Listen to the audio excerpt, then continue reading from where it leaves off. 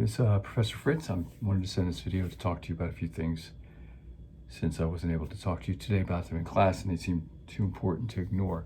I mean, maybe they're important enough to do this. So first of all, apologize for not making the class today.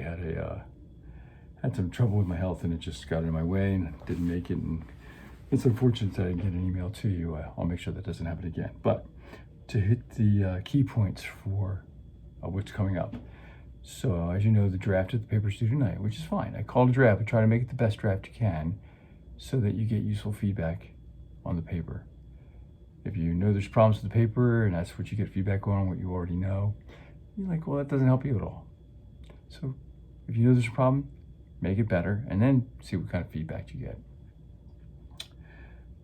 So that's due tonight at midnight, right? But the assignment won't lock because at 6 a.m. tomorrow morning, you'll be assigned two people, two names, and you'll be their peer reviewer, and two people will be assigned to you.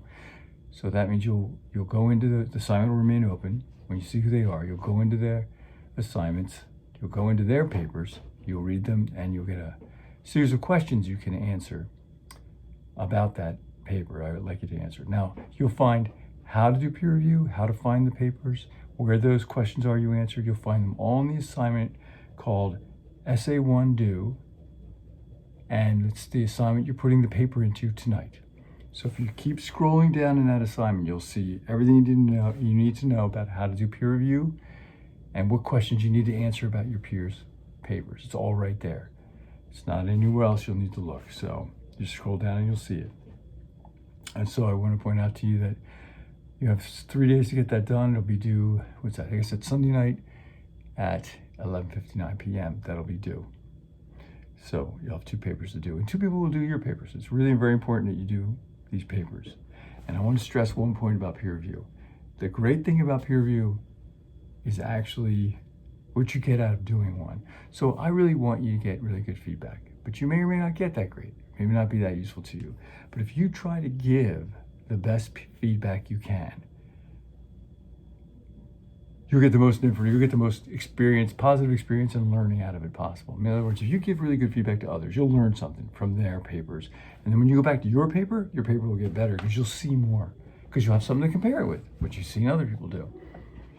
So do your best in the peer review and you'll get the most bang out of it, most value. It'll be the least waste of your time. Okay, so that's due Sunday night. So don't wait too long for that. And the final version of the paper, what I like to do after Sunday night is you'll have the paper now with comments. Use those comments to your advantage to see if you can improve your own papers.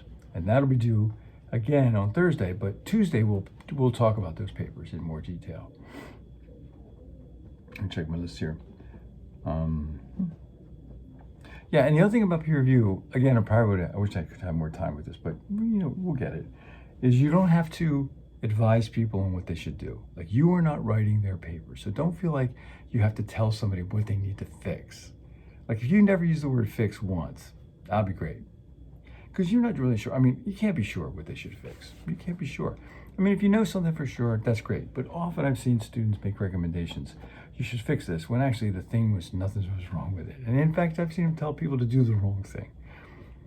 Instead, what I ask you to do in peer review is to be a reader, meaning readers have experiences of the text.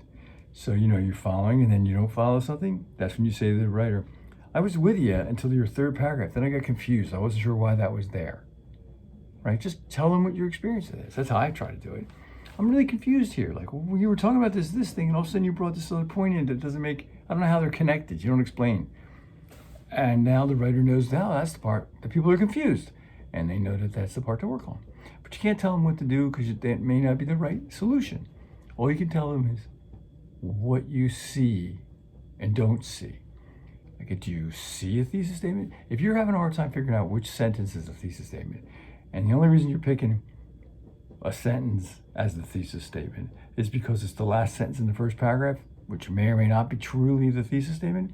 If you're all confused about it, instead of thinking you know it and that's it, it's not a quiz for you, just say, I can't tell you what sentence is the thesis statement. I'm a little confused.